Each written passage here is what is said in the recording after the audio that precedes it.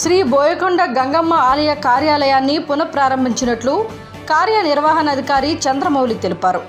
చిత్తూరు జిల్లా పుంగనూరు నియోజకవర్గం చౌడేపల్లి మండలం దిగువపల్లిలో వెలసియుండు భక్తులు కోరిన కోరికలు తీర్చే కల్పవల్లిగా విరజిల్లుతున్న శ్రీ బోయకొండ గంగమ్మ ఆలయం కార్యాలయం ఇటీవల పిడుగులు పడి అగ్ని ప్రమాదానికి గురైంది. గత వారం రోజులుగా ఆలయ అధికారులు మరమ్మతులు చేపట్టి కార్యనిర్వహణాధికారి కార్యాలయాన్ని నేడు పునఃప్రారంభించారు.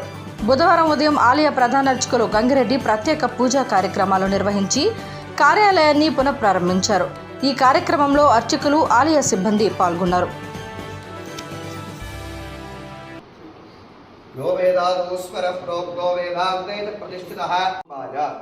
శుద్ధి వృద్ధి అభ్యుదయ కర్మణే మహాజనాలు నమః కుర్బానాయ ఆశీర్వచనం అపేక్ష మానాయ ఆయుష్మదే స్వస్తి భవంతః బ్రువంతు.